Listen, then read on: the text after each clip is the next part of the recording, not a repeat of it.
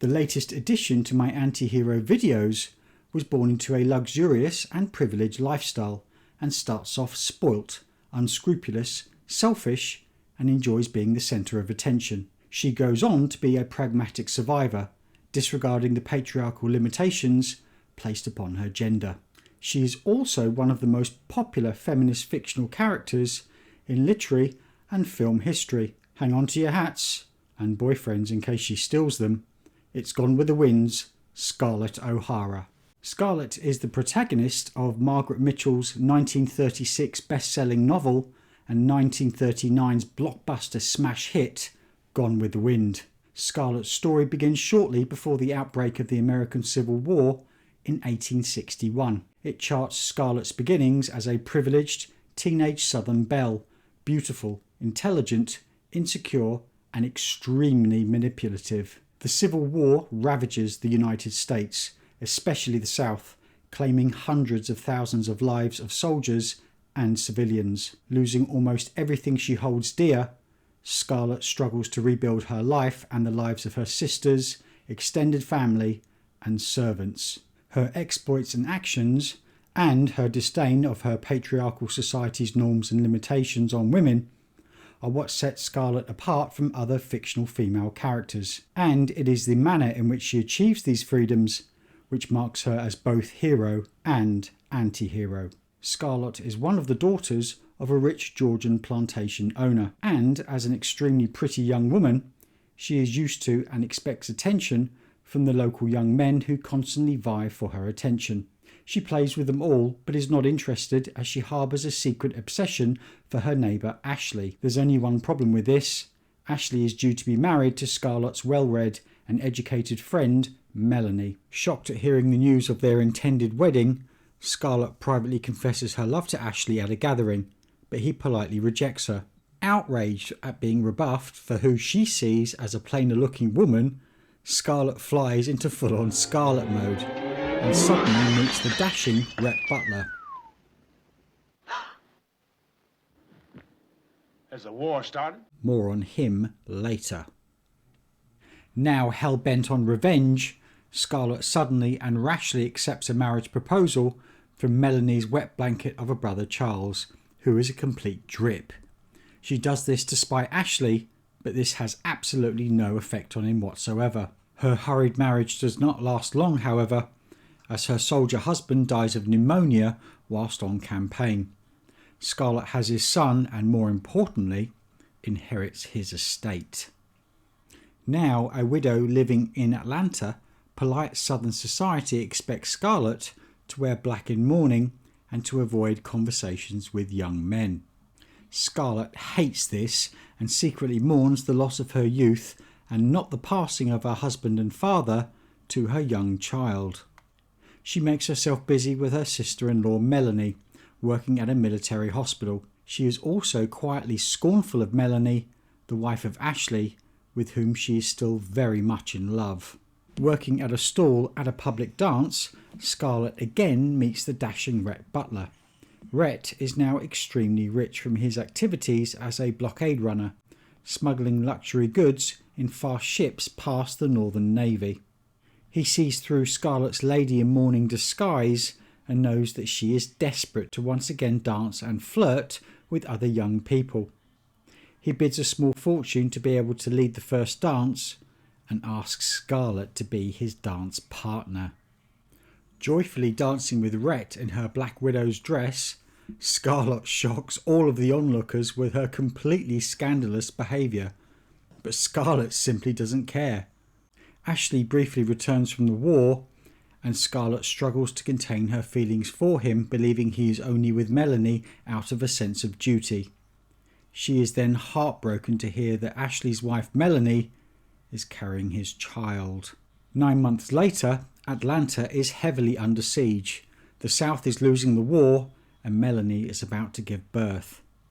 Scarlett finds a doctor in this chaos to undertake the procedure, but she is brought down to earth with a considerable bump when the doctor tells her he's rather busy tending to thousands of wounded and dying men. She selfishly tells him she cannot help Melanie, but is forced to, drawing upon inner strengths that she never knew she had.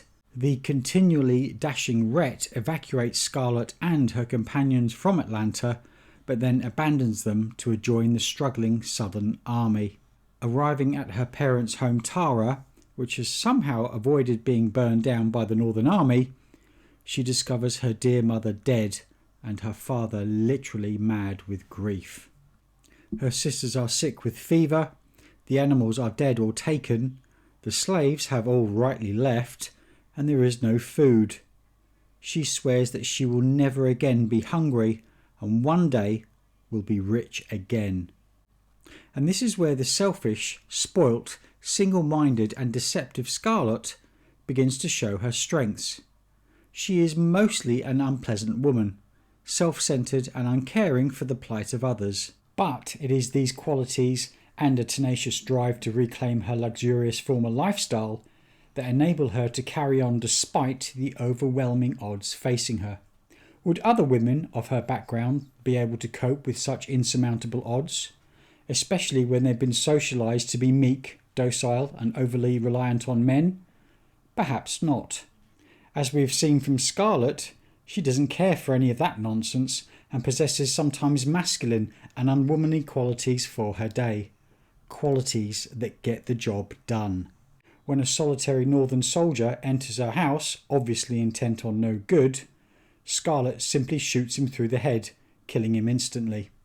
She conceals the blood left by dragging his body outside from her family by wrapping his head in her sister-in-law's nightdress.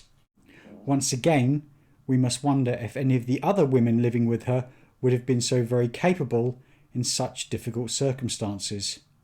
Probably not. We rejoin Scarlett sometime later and life at Tara is slowly beginning to improve. There is a problem though. She now owes exorbitant taxes on her estate. Hearing that this still rich Rhett Butler is being held in a nearby northern jail, she travels to see him. Sadly for Scarlett, he sees through her act, realising her sweetness towards him is just a ploy to get money. More than slightly miffed by this, she then bumps into her sister's intended husband, Frank. Frank is doing financially well with his business, so again, Scarlett engages full-on Scarlett mode. She informs Frank that her sister isn't interested in him anymore and marries Frank herself 2 weeks later. She gets the money to pay the taxes and gets yet another husband she neither loves nor really cares about. Despite having a successful business, Frank is in fact a poor businessman. Scarlett emasculates Frank by taking over the running of his company and proves herself to be very capable. She chases up those who owe Frank money and opens a sawmill, bringing in even more money. She refuses to hire freedmen to work in the mill and instead employs prisoners who are much cheaper to pay. Once again, polite society is scandalised by her hard-nosed business decisions and the fact that the company is being run by a mere woman. Scarlett, pregnant once again, does not care what others think of her. Frank is killed by northern soldiers during a raid, leaving Scarlett his profitable business. Rhett Butler then proposes to her and she accepts. At Frank's funeral, they are officially engaged to be married a year later. As Rhett's new wife, Scarlett has achieved her goals. They are both fabulously rich and very comfortable. There is just one problem. She continually harbours her secret love for Ashley. Talking with Ashley again before his surprise birthday party, they reminisce, share a hug and are seen. Gossip travels fast and this news damages her marriage to Rhett and he starts to drink. Their union suffers further with the tragic death of their cherished young daughter in a riding accident. It's only then that Scarlett realises she probably never loved Ashley and has loved Rhett all along. She returns excitedly to Rhett, only for him to say he's leaving her. She asks what is she supposed to do, and he then gives her one of the most quoted lines in the history of cinema. Frankly, my dear, I don't give a damn. Scarlett goes full-on Scarlett for the last time with an almost equally memorable statement of her own. After all, tomorrow is another day. Scarlett is quite imperfect, as are we all, and yet we can't help but admire her tenacity and resilience in the face of shocking nationwide conflict, destruction and loss. Perhaps it's her selfishness that enables her to ignore the extremely restrictive social expectations for women in the 19th century. We cannot ignore her unpleasantness, but in doing so we must also admire her ability to survive and succeed in a heavily patriarchal society which had yet to extend to women the right to vote. That would come approximately 60 years later in 1920. Did Scarlett get Brett back? The author of Gone with the Wind, Margaret Mitchell, has stated that she did not know, as we leave both Brett and Scarlett at the closing of the book. But knowing Scarlett's tenacity, stubbornness, and her getting what she wants type of attitude, she probably did. Thanks for listening. Please like, comment, and subscribe.